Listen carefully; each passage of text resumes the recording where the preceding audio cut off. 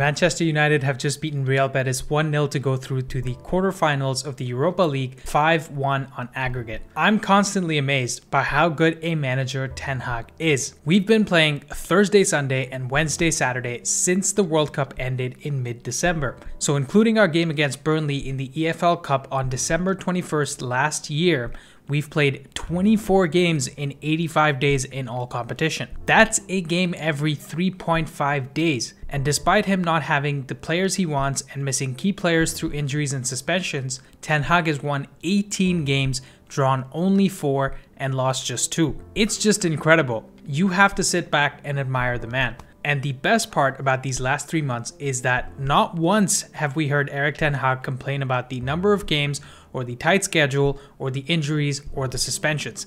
He just gets on with it. And this kind of mentality rubs off on the rest of the squad as well, because none of the players are complaining. There are no leaks from the dressing room either, and look at his mentality coming into this game. Both Bruno and Casemiro are at risk of missing out the next round because of yellow cards, and he starts both of them. He's giving these players that feeling of invincibility.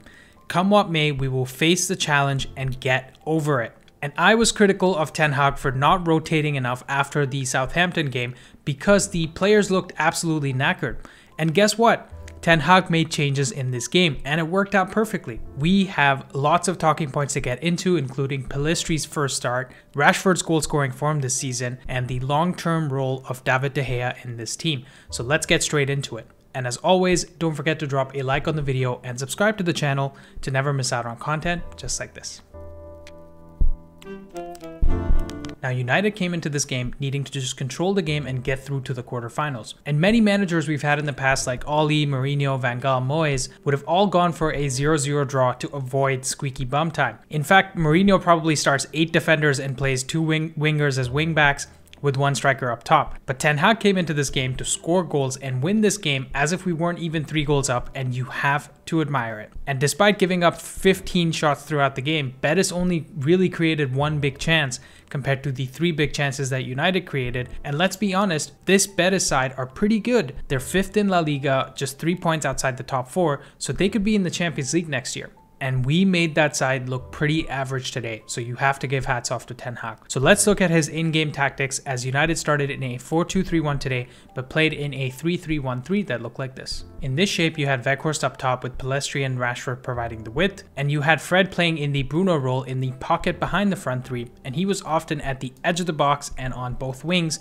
trying to link up play and make things happen. Then you had Bruno actually playing in the Casemiro role, next to Wan-Bissaka and Malacia in midfield, and you have to give this guy credit for his performance today, because like I mentioned in the Southampton video, he's played more than 97% of the minutes that he's been available for this season, and he just keeps going. Honestly, he'll play in net if Ten Hag asks him to. He had 83% pass accuracy today, which shows you he adapted his game to this role, because he's normally in the 70% for pass accuracy by constantly trying things. He created 4 chances from deep and had 6 passes into the final third, also had 1 dribble, 2 accurate crosses, and 4 accurate long balls. Overall, it was a very solid performance from Bruno, and it just shows you like this guy's versatility is at a different level. Then you had Casemiro actually playing in the Eriksen role, if you guys remember from a few months ago, where Eriksen used to drop into the back 3 to distribute the ball and build up play from the back. And Casemiro was great today. You can tell that he took that red card against Southampton personally, because he stayed away from slide tackles today and he didn't get the yellow card either. He got the assist for the Rashford goal, created 4 chances, 13 passes into the final third, and his progressive passing is actually very underrated because he's always looking to pass forward, and his stats really back that up this season. He also had a game high 106 touches, completed 2 dribbles, had 2 tackles, 2 blocks, 2 interceptions, and 12 ball recoveries. This guy is the Swiss Army knife of all Swiss Army knives, and we're so lucky to have him, and he's easily man of the match for today. And speaking of other tactics in game that Ten Hag deployed, the very interesting thing that I saw with Pellistri was that he was dropping a lot from here into the midfield in the central areas and even getting onto the other wing at times, which really allowed a lot more room for Wan-Bissaka to overlap and also Fernandez to operate in this channel here. And we have a clip here to show you this movement in action. We start with Malacia picking up the ball near the halfway line, and you can see Fred drifting out to the left here with Bruno on the right next to Pellistri up here. As Casemiro gets the ball and shapes to pass it long, you can see Bruno making the run in behind because Pellistri is holding narrow here and this defender is forced to stay with Pellistri. As we play along, Bruno's run actually drags that defender away from Pellistri, which opens up room for him to receive the ball, and that's where Casemiro plays it. As the ball comes into Pellistri, he takes a really nice first touch and comes inside, and because he's done this, there's so much more room on the right flank for Wan-Bissaka and Bruno to exploit, as we can see here. Now, usually, Antony occupies the position that Bruno is in right now, which means Bruno or another midfielder has to almost always be in the Pellistri role in the center. And while Bruno is more than adept at dropping into the center here and picking up the ball, it becomes a repetitive pattern of play that's easy for the opponents to read. Having someone on the right wing that can interchange positions with Bruno or Wan-Bissaka gives us positional flexibility in possession, and there's more chances for defensive mistakes from the opponents because they can't figure out who to mark when there's players moving around. So Pellistri rolls it off to Fred on the left wing and continues his run centrally, and as we pause it here, look at how much space Bruno is on the right hand side, right? Pause it right there. Look at how much space Bruno's in on the right hand side. And this is largely because of the overload created on this side by Pellistri being in this position. And Betis basically have to shift to the ball side to avoid leaving big gaps in their shape. And if Fred or any other United player in this position can switch the play out to Bruno here, Betis are in big trouble. In fact, if you guys remember, the goal scored by Ayoze Perez in the first leg of this tie comes from a similar situation where Perez is at the edge of the box with so much space, and Juanmi, I think, plays the ball out to him and he scores with that shot. Now, as Fred gets to the left wing spot, Rashford drops deeper to pick up the ball here, and Pellistri makes a run into the space between the center back and the right back. And I can't overstate how intelligent a run this is, because I've seen so many occasions when Man City played that Kevin De Bruyne makes a run like this, and Grealish or Cancelo in this position when he was still there played this ball into this channel here, and Kevin De Bruyne gets to the byline here and cuts the ball back for a simple tap-in for Man City. But unfortunately, Fred ends up playing it short to Rashford because he's probably not ready for this run being made by Pellistri. Look, I'm not saying that Pellistri had a 10 out of 10 game today, but I saw a lot of good things from him as he was constantly making off-the-ball runs even though he didn't get the ball. He did struggle a little to create anything on the ball, but that's kind of normal. This was his first start, for God's sake. And considering all of that, I was reasonably impressed with the lad, and I want to see more of him. He had only one shot and 0 chances created today, but he completed 3 dribbles, had 53 touches, and put in 1 decent cross. I expect him to get into better positions and have more shots and create more chances as he plays more minutes. So let's see what happens next throughout the rest of the season. If you guys like this type of analysis where I break things down with game footage, please smash a like on the video, subscribe to the channel, and turn on bell notifications because it really helps me out and allows me to keep creating content just like this. Now, David De Gea has gotten a lot of stick over the years for his distribution, but I think we can all agree that we've seen a massive improvement in his passing this season compared to seasons gone by. And in today's game, I was really impressed with some of the passes he pulled off, so let's take a quick look at some of his build-up play. We start with David De Gea playing a ball out to Malacia at left back.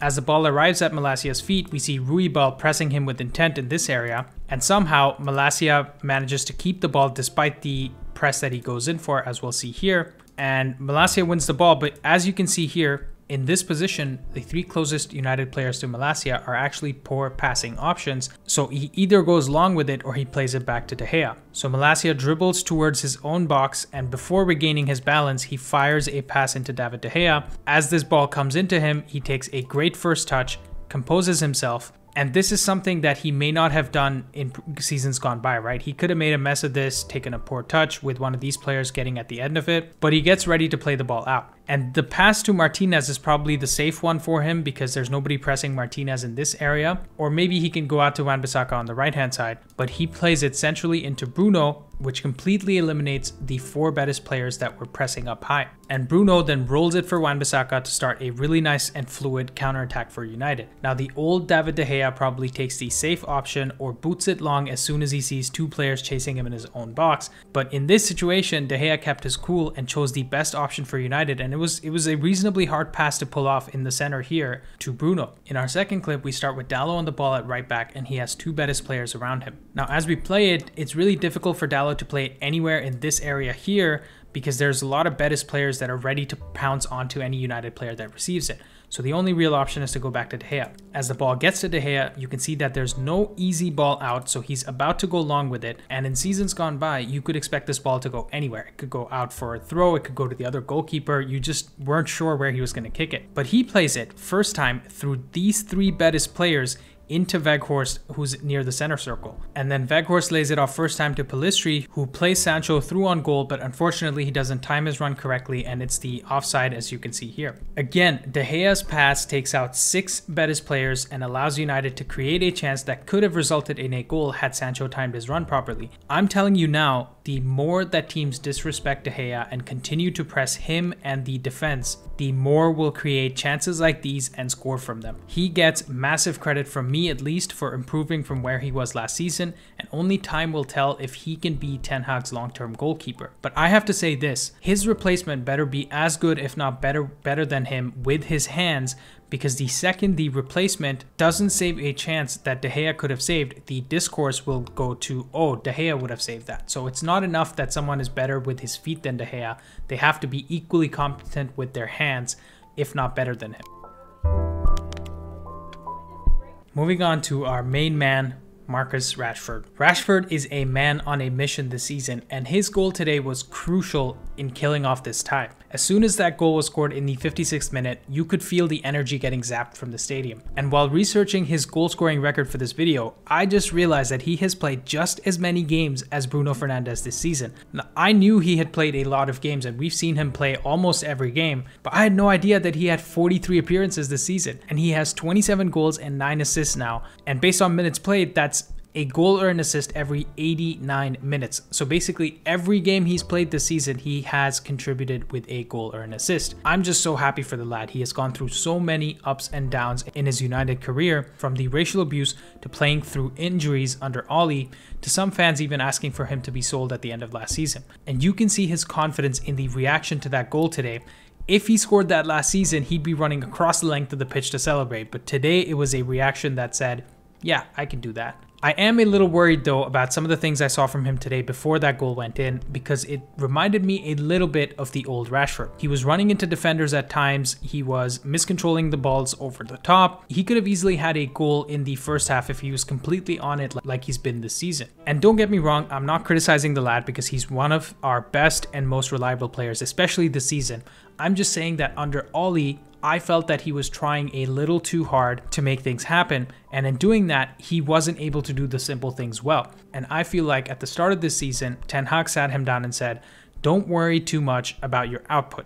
Just focus on the simple things and the goals will come. And we've seen the fruits of his labor with his signature celebration, showing how he has calmed things down and gotten out of his own head. But in the last couple of games, especially since the Liverpool loss, I feel like he's feeling the pressure of continuing to score every game and put this team on his back. And I'd hate for that to be impacting him again. Maybe I'm wrong. What do you guys think? Am I reading too much into it? Get in the comments below with your thoughts. So we roll on to Fulham next game in the FA Cup quarterfinals on Sunday, and we have to play that one without Casemiro. Who do you guys think Ten Hag will start in midfield? Will we see Fred, Sabitzer, and Bruno? Will we see maybe McTominay in there? It'll definitely be a tough game, and one that Ten Hag definitely wants to win. Thank you guys for watching. Like and subscribe to the channel, and I'll see you next time.